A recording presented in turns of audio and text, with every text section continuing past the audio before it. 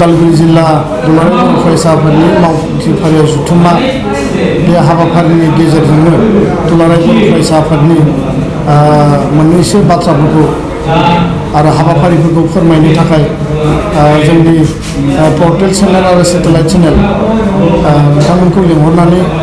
बेयाव मोनसे प्रेस बिबुंसार होनायनि थाखाय जों थागथियारि खालामदों आरो बेयाव सफैनाय गासैबो आं गिबियावनो साबायखर बावदों। गुबै बाथ्राया जाहैबाय जे थांनाय 2020 मायथाइनि 27 जानुवारियाव जालांनाय बिटिआर गोरोबथानि गेजेरजों बिटिआरनि बायजोआव थानाय गासैबो बर' सुबुंफोरखौ खुंनो थाखाय बा सामलायनो थाखाय बा बिथांमोननो खुंथायनि गोहो होनो थाखाय आरो गासैबो राजखान्थियारि समाजखान्थि आरो रांखान्थियारि दिगाव जौगानायनि हाबाफारि मावफुंनो थाखाय बर' हारिनि अस्तित्व आरो बर' हारिनि मर्यादाखौ लाखिनायनि गेजेरजों मोनसे बेंखनथायनि गेजेराव सासन बेबस्था जों मोननो हादों। बे जाबाय बर' कसारि वेलफेयार अट'नमास काउन्सिल आरो बे बर' कसारि वेलफेयार अट'नमास काउन्सिलखौ थांनाय बिधान सभायाव बिल लाबोनानै बेखौ आयेन महरै पास खालामनाय जाबाय आरो दिनै जोङो जेखौ मिथिबाय जे फुंनि 9 बाजियाव आसाम जि सरकारनि आसामनि जि सिएम ब्लक दङ बे सिएम ब्लक जनता भवनाव 9 बाजियाव Minisar Basumatary chief executive member हिसाबै आरो Ramiya' P Narzary deputy chief executive member हिसाबै बिथांमोना समायखिरा लाबाय। लोगोसेनो चेयारमेन आरो डेपुटि चेयारमेन गासै 14 executive council chairman deputy chairman 14 बिथांमोना दिनै समायखिरा लाबाय आरो बिनि गेजेरजों फैबाय थानाय समाव बर' कसारि काउन्सिलनि सिङाव थानाय बा बेंखनथायाव थानाय गासै बर' रायजो राजाखौ लानानै जौगानायनि थाखाय बिथांमोना समायखिरा लाबाय। दा बेखायनो गिबियावनो मिनिसर बसुमतारी रमिय' पि नार्जारी आरो गासैबो समायखिरा लानाय सोद्रोमा बिथांमोननिसिम दुलाराय बर' फरायसा आफादनि जानानै जोङो गाहाम हामलायनायखौ बावहरदों, बिथांमोनखौ बरायदों आरो जों आसा खालामदों जे फैबाय थानाय समाव बे काउन्सिला जौगानायनि हाबाफारि लाथों। बर' हारि थांना थानायनि थाखाय सरकारि भाबै बा राजनितिक भाबै जिखिनि खामानि मावनो गोनां दङ हा हुनि जेंनानिफ्राय लानानै राजखान्थियारि आरो रांखान्थियारि बिथिङाव जिखिनि अधिकार होनो गोनां दङ आरो बे बेबस्थाया जिहेतु गोदान बे एरेन्जमेन्टआ गोदान बेयाव गोबां खामानि मावनो गोनां थागोन। दा बेखायनो जायफोर दिनै अटटेकिं लाबाय बिथांमोना जाहाथे हारिनि इन्ट्रेस्टआव खामानि मावो, हारि जौगानायनि थाखाय खामानि मावगोन आरो बिथांमोना गोलाव समनि बर' हारिनि जे एसपिरेसन जाय बिथांमोनखौ लानानै दिनै हारिया मोनसे आसा दङ, मिजिं दङ, बे मिजिंखौ बिथांमोना जाहाथे डेलिभारि होनो हायो, मावफुंनानै होनो हायो। खारन 93 बिएसि जादों, 2003 सनाव बिटिसि जादों। बे मोननै एकर्डआव बे मोननैबो एरेन्जमेन्टनि बाहेरायाव थानाय बर'फोरनि थाखाय जोङो गोदान जेबो बेबस्था लाबोना होनो हायाखैमोन। नाथाय नैबे एनडिएफबि एबसु आरो इउबिपिअजों जि मावफुंजानाय सुक्ति बे सुक्तिनि गेजेरजों बिटिआरनि सिङाव 6 सिडुल बे एरिया एक्सटेनसन बा बाउन्डारि एक्सटेनसननि थाखाय जोङो बेबस्था मोननो हाबाय आरो बिनि बायजोआव थानाय बर'फोरनि जौगानायनि थाखाय बर' कसारि काउन्सिल जों मोननो हाबाय। दा बेखायनो जाय बिथांमोना दिनै बिबान मोनबाय, दायित्व लाबाय, बिथांमोननियाव जोबोर मिजिं दङ, आसा दङ। बे आसा आरो मिजिंखौ मावफुंनानै होनो हायो। आसाम सरकारनिसिम जोङो दाबि दैखांगोन जे फैबाय थानाय समाव बे काउन्सिलखौ आरोबाव मजबुत खालामनो थाखाय, फुल फ्लेजेड खालामनो थाखाय जिखिनि सोद्रोमा नांबावगौ दङ बे सोद्रोमाखौ समानै रानलायनायनि गेजेरजों जाहाथे गासैबो जिल्ला, गासैबो ओनसोल, जन हिसाबै समान डिस्ट्रिबिउसननि गेजेरजों जाहाथे मर्यादा होयो आरो खुंनो थाखाय, जौगाहोनो थाखाय जिखिनि जनप्रतिनिधि नांगौ बा बेयाव रिप्रेजेन्टेटिभफोर नांगौ बे रिप्रेजेन्टेटिभखौ इकुवेलि जाहाथे डिस्ट्रिबिउसन खालामलायो बिनि थाखाय जोङो आसाम सरकारनियाव जोङो दाबि दैखाङो आरो आसाम सरकारजों जों सावरायबाय थादों। गुबुन मोनसे बिथिङा जाबाय जे 6.3 गेजेरजों जि स्कुल आरो कलेजफोर इनस्टलेशननि खामानि सोलिबाय थादों। 6 सिडुल ओनसोलाव बर' मिडियामनि आरो एसामिस मिडियामनि आरो 6 सिडुलनि बायजोआव जेसेबां दङ बर' मिडियामनि स्कुलफोरखौ बा 2-3 कलेजफोरखौ जेराव ट्राइबेल स्टुडेन्टफ्रा फरायदों बेखौ इनिशियेलाइज खालामनायनि थाखाय जोङो खामानि मावबाय थादों आसामनि जि सोलोंथाइ मन्थ्रि बिथांजों खननै जिरायबाय आरो जि कमिटि दङ RCJनि बिथांजों खनथामसो रायलायनाय जाबाय। जों मिजिं थिदों फैबाय थानाय बिधान सभानि मडेल कड अफ कन्डाक्टनि सिगां माबा नङा माबा मोनसे मोजां डिसिसन आरो एनाउन्समेन्ट सरकारनि तरफनिफ्राय फैगोन आरो बेखौ फैनांगौनि थाखाय एबसुआ खामानि मावबाय थादों आरो एबसुआ बेखौ प्रेसार होगासिनो दङ। दा बेखायनो बेखौ लानानै जों आसाबादि आरो फोरोंगिरि बिथांमोननिसिम आङो मोनसे बाथ्राखौ स्पष्टयै बुंनो नागिरो जे बिथांमोना गोबां नार्भास जानो गोनां गैया बा बिथांमोना जेरैबायदि दुलाराय बर' फरायसा आफादनि मावखुलियाव मिथिनो थाखाय बा बायदिसिना डकुमेन्ट होनो थाखाय फैयो। बिटिआरनि चिफ बिथांखौबो लोगो हमदों, एबसुनि मिरुनि गुबुन गुबुन बिबानगिरिखौ जेरावनो लोगो मोन्दों बेयावनो लोगो हमदों। दा बे बिथिंखौ लानानै आङो बेखौल' बुंनो नागिरो जे बांद्राय हांखुर जायोब्ला जोङो निराशा जागोन। दा बेखायनो एसे धैर्य हमनानै था आरो बे धैर्यनि गेजेरजों सरकारखौ जों जेरैबायदि नारसिनदों थारैनो बियो मोनसे मोजां फिथाइ थायगोन होननानै जों मिजिं थिदों। दुलाराय बर' फरायसा आफादा माखासे हाबाफारि लादों। फैबाय थानाय 26 तारिखआव ढेकियाजुलिनि हग्राजुलि ओनसोलनिफ्राय साइकेल हान्जा सुरनाय मेगा साइकेल रेलि जों जागायगोन आरो बेयाव मोनसे हाबाफारियाव 1000सो बेयाव बाहागो लागोन आरो अल अभार आसाम प्राय 20,000निबो बारा एजुकेशन भलन्टियार्सफोरा साइकेल रेलियाव बाहागो लागोन। मोनफ्रोमबो LP स्कुलाव जोङो स्टिकार थाबगोन, स्टुडेन्टजों गार्जेनजों टिचारजों जों सावरायगोन आरो बिनि गेजेरजों क्वालिटि केम्पेइननि थाखाय गुन गोनां सोलोंथाइनि थाखाय जों हाबा मावगोन आरो बेयाव माखासे डाटा बुथुमनाय जागोन। प्राय 1000 बर' मिडियामनि LP स्कुलखौ लानानै जोङो मोनसे मेपिं खालामगोन आरो क्वालिटि सोलोंथाइ होनो थाखाय जिखिनि नांगौ बे गासैबो दिगखौ नायनानै दुलाराय बर' फरायसा आफादा खामानि मावगोन। गुबुन फारसेथिंजाय फैबाय थानाय 7 आरो 8 मार्चआव दुलाराय बर' फरायसा आफादा साननैनि हाबाफारि लानानै जथाय आइजो जे आफाद एबसुआ दानानै होदोंमोन बिनि 7 तारिखआव डेलिगेट सिटिं जागोन आरो बे डेलिगेट सिटिंआव आइजो जौगानायनि थाखाय आइजोफोरनि थांना थानायनि थाखाय आइजोफोरा जिखिनि गावनो माने गावनि आथिङाव गसंनो हानाय जानांगौ बे गासैबो बिथिंखौ लानानै जों बेयाव डिसकास खालामगोन आरो बर' आइजोनि आथिखालनि थांना थानाय आरो इयुन थासारिनि सायाव जों डिसकास खालामगोन आरो बेयाव माखासे रेजुलेसन जों ड्र खालामगोन। लोगोसे फैबाय थानाय 8 तारिखआव जे इन्टारनेशनेल उइमेन डे दङ बे खालि जोङो दुलाराय बर' फरायसा आफादनि माने बानजायनायाव चिरां जिल्लानि बेंटलाव बेखौ खुंगोन आरो बे खुंनाय हाबाफारियाव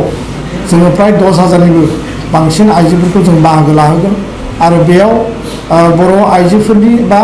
इयुनाव जोङो जिखिनि हाबाफारि लानांगौ बिथांमोना मिनिमाम जिखिनि इनकाम जेनेरेसन खालामनांगौ, न'खर दैदेननांगौ, न'खर सामलायनांगौ बे बिथिंखौ लानानै जोङो हाबा मावनो थाखाय जोङो थागथियारि जादों। दा बेखायनो फैबाय थानाय समा जोंनि थाखाय हाबा मावनायनि सम आरो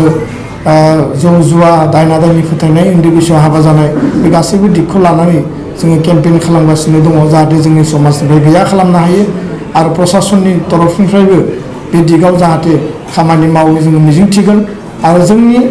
जायफोरा बेफोराव दिनै सिथाबनानै दङ गोदोनानै दङ बिथांमोनाबो बुजिनायनि सम जाफैबाय जे साइन्सनि जुगाव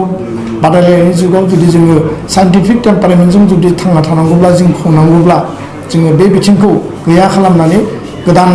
जोङो मोनसे बर' समाज बर'नि मोनसे जि थासारि बेखौ जोङो दानो थाखाय बयबो थागथियारि जानांगोन आरो बेजों लोगोसे मोनसे बाथ्राखौ आं बुंनो नागिरदों जे बर' कसारि काउन्सिलाव सिङाव गोलैनाय गासैबो एरियाखौ बेंखननानै दुलाराय बर' फरायसा आफादनि नेतृत्वआव जोङो मोनसे कअर्डिनेसन कमिटि जोङो दानो थांगासिनो दङ जाहाथे जोंनि सिनियर एबसुनि वार्कार एबसुनि बिबानगिरि जायफोर एबसुआव गैलिया बे एबसुनिफ्राय बिदाय लाबाय बा बिथांमोना आजिरा लाबाय आरो गुबुन गुबुन सामाजिक बिथिङाव गुबुन गुबुन समाज दैदेनगिरिफ्रा खामानि मावनानै दङ बर' कसारि काउन्सिल ओनसोलनि रायजो राजानि जौगानायनि थाखाय खामानि मावनो हायो राजनितिक समाजखान्थि रांखान्थि दिगाव बेनि थाखाय जोङो फैबाय थानाय समाव जोङो हाबा मावनो थाखाय बे कमिटिखौ जों बानायनानै होगोन आरो बे कमिटिया जाहाथे फैबाय थानाय समाव बर' रायजो राजानि जौगानायनि थाखाय खामानि मावो जों बेखौनो मिजिंथिदों। बिटिआर रेकर्ड जाखांनायनि उनाव जों खोनानो मोनदों जे बारग'यैनि दैदेनगिरिफ्रा हाग्रायाव थांफैबाय होननानै बिनि सायाव एसे मा बुंदों? जोंनि इनफरमेसनाव जायफोर फैबाय थादों जे जोंनि माखासे बारग' बिग्रायारि बा जायफोरो अलरेडि सरकारना हाथियार गथायबाय मेन स्ट्रिमाव फैबाय बिथांमोननि सानैसो दैदेनगिरि आरो केडारफ्रा दिनै गोमानानै दङ होननानै बुंदों। दा बिथांमोना हाग्रायाव दङ ना बबेबा जायगायाव दङ जों बेखौ डिटेल मिथिथ'वाखै आरो प्रशासननि बा सरकारनि जायफोरो खुंग्रा जायफोर सामलायगिरि बिथांमोना बिनि सायाव तथ्य डाटा कालेक्शन खालामबाय थादों। जों मिजिंथिदों जाहाथे फैबाय थानाय समाव रावबो बेबायदि गोदान माखासे जि थासारि बे सिन्था खालाया खारन हाथियार लानानै जि सोमावसारनाय बे सोमावसारनायनि समा दायो जोबफैबाय। मोनसे सम दंमोन बे समावनो हाथियारनि गेजेरजों गावबा गावनि मोनथाय अधिकारखौ नांनायनि गेजेरजों मोननायनि थाखाय संग्राम सोलिदोंमोन आरो गोबां देशाव बे संग्रामखौ फिनिशिं होनाय जाबाय। बे संग्रामनि साक्सेसफुल फिथाइबो मोनदों आरो बर' हारियावबो खेबसे नङा खेबनै बेबायदि हाथियार संग्रामनि खालामनायनि गेजेरजों जोङो मोनसे बिटिसि जि एकर्ड BLT एबसुनि गेजेरजों बर' रायजो राजानि नाजानायाव आरो दायो बिटिआर जि सुक्ति NDB आरो एबसु UDPOनि गेजेरजों बर' रायजो राजानि मददाव बे मोनसे साक्सेसफुल फिथाइ होननानै आं सानो। दा हाथियारनि गेजेरजों गोदानै मायबा जागोन बेखौ जों नुहुरा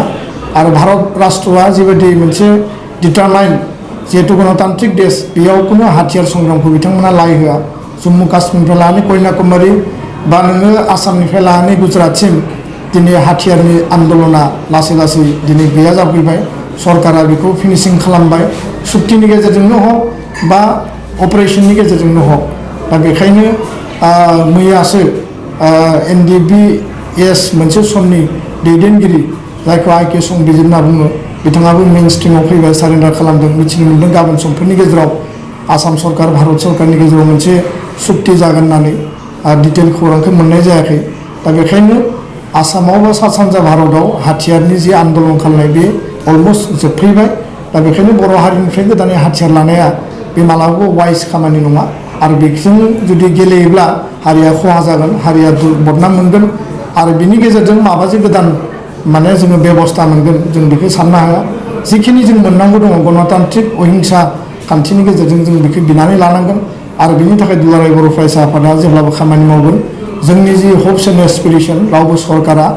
रावबो अफिसारा जोंखौ बन्द' खालामनानै दोननो हाया आरो बेखौनो लानानै जों फिउचाराव खामानि मावगोन। सरकारा सरकारनि लेभेलाव खामानि मावगोन। माहारियारि आफाद फरायसा आफाद जों बायदि आफादा हारि थांना थानायनि थाखाय हारिनि मोननांगौ दाबि सुस्रांनांगौनि थाखाय जों फैबाय थानाय समाव खामानि मावगोन। जेंनाया दिनै मोनसे जेंनाया जोबफैबाय आरो माखासे जेंनाया दाबो दङ बे जेंनाफोरखौ लानानै जों खामानि मावगोन आरो गोदान गोदान जेंना फैगोन बेखौ लानानै एबसुआ जेब्लाबो हाबा मावलांगोन। दा बेखायनो बे बाथ्रानि सायाव जुदि सोरबाया बेबायदि सानदोंब्ला बे लामाखौ जाहाथे नागारो आरो बे लामाखौ नागारनानै जाहाथे जि लामायाव रायजो राजाजों संसार जानायनि गेजेरजों थांना थानायनि थाखाय बा जौगानायनि थाखाय जे हाबा मावनांगौ दङ बे हारिनि थाखाय जिहेतु बिथांमोना त्याग खालामबाय बिथांमोना सेक्रिफाइस खालामबाय गोलाव सम आरो दिनै मेन स्ट्रिमाव फैनानै हारि जौगानायनि थाखाय हाबा मावनांगौ होननानै आं बयखौबो खावलायो आरो बेबायदि लामाखौ जाहाथे रावबो साना आरो बे लामाया कुनु मोजां बा उसित लामा नङा। बे इमसन आरो आबेगाव जानाय मोनसे लामा दायो जुदि गोदानै सोरबा सानफिनदोंब्ला आरो बेखायनो बे इमसन आरो आबेगजों कुनु जेंनाया समाधान जाया। आं बेखायनो खावलायो बे लामाखौ सोरबाया सानदोंबा बेखौ एभयड खालामनांगौ बा बेखौ नागारनांगौ। बांसिनै जों नुबाय दिनै 6.3खौ लानानै जिहेतु बे बांसिनानो दायो दावराव जाबाय थादों। दा नुबाय दुलाराय बर' फरायसा आफादनि खोथा मथे माखासे रायजो राजाफ्रा दिनै नायगासिनो दङ खिन्थु दिनैनिफ्राय दायो बिसायख'थिया खाथियाव सफैबाय अब्ला बै समनि बे बुंनाय राव बे मा जागोन फरायसालिफोरा जेरै जों नुबाय बांसिन थैनायनि लामायाव बर' बिजोंफोर माखासे जिखिनि फरायसालि दङ 2017 आरो 18नि आयेननि गेजेरजों बे सरकारि जालांबाय नाथाय गोबां बर' मिडियामनि बर' बिजोंनि फरायसालियानो बा जोंनि ओनसोलाव थानाय कलेजफोरा बे आयेन बायदि जालाङाखै। गोबां जानायफोरनि गेजेरावबो ड्रप आउट गोबां जादों। दा बे ड्रप जालांनाय 2013आव ड्रप जानाय 17-18नि एक्टजों दाख्लैबावै ड्रप जानाय आरो जायफोरो रिकमेन्ड जायाखै जायफोर इलिजिबोल जायाखै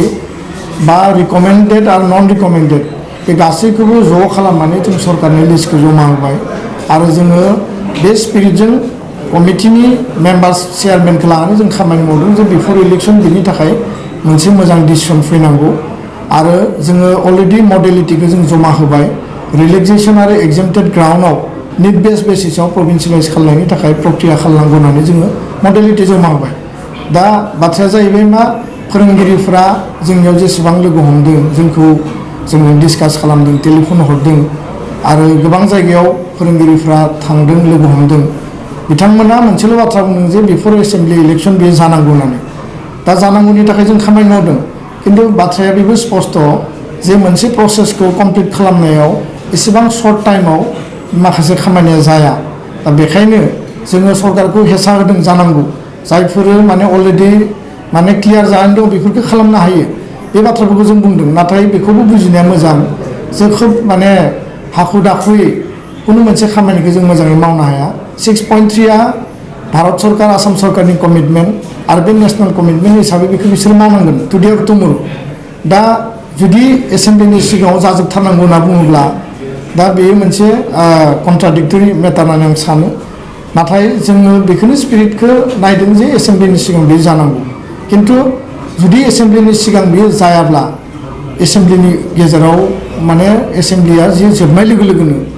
एसेम्बलि इलेक्सना बारनाय लोगो लोगो जिहेतु कड अफ कन्डाक्ट थागोन 1-1.5 मास बे खामानिया कमप्लिटलि मावफुंजागोन दा बेखायनो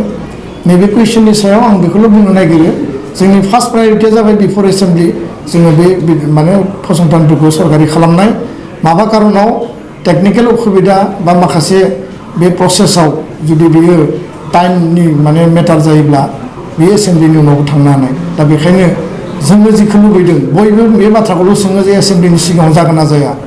दा आंनियाव जुदि बे एन्सारखौ लुबैयोब्ला आङो बुंगोन जे जोङो एखे टिम जानानै बे खामानिखौ मावदों खिन्थु जों बयबो बुजिलायनांगोन जे गोलाव सम 2016आव आयेन बानायनानै 17-18आव आयेन पास खालामनानै आसाम सरकारा बोसोरथाम बोसोरब्रैनि गेजेराव दाख्लैसो बिसोरो बे प्रसेसखौ कमप्लिट खालामनो हादों आरो गोबां पेन्डिं थाबाय गोबां ड्रप आउट जाबाय दा जोंनि खामानिया अलरेडि सेप्टेम्बर 2020निफ्राय आरम्भ जाबाय आरो दायो 2021नि फेब्रुवारि दिनै 24 तारिख बे सोलिगासिनो दङ दा बेनि थाखायबो एसे टाइम नांगोन दा टाइमनि थाखाय जों नेनांगोन धैर्य हमनांगोन खिन्थु बयबो जुदि जाथारनांगौ होनना बुङोब्ला बिनि माने फिननाया माने सरकारनियावसो दङ होननानै आं बुंनो सानो दा बेखायनो जों सरकारखौ ज' टिम जानानै प्रेसार होनांगोन नाजानांगोन आरो बेनि गेजेरजों सरकारा थारैनो जिहेतु बे मोनसे कमिटमेन्ट बे कमिटमेन्टनिफ्राय सरकारा खारनो हाया आरो बे कमिटमेन्टखौ जि सरकार फैया मानो बेखौ फुलफिल खालामनो थाखाय बिसोरो माने बाउन्ड टु बि माने इमप्लिमेन्ट दा बेखायनो आं बे बाथ्रानि सायाव बेखौ स्पष्ट बुंनो गोजोन्थों लास्ट मोनसे कुइसन बुंदों जों नुबाय दिनै माखासे फोरोंगिरिया खिन्थु जादों खिन्थु फरायसालिया माने जायाखै दा बे बेलायाव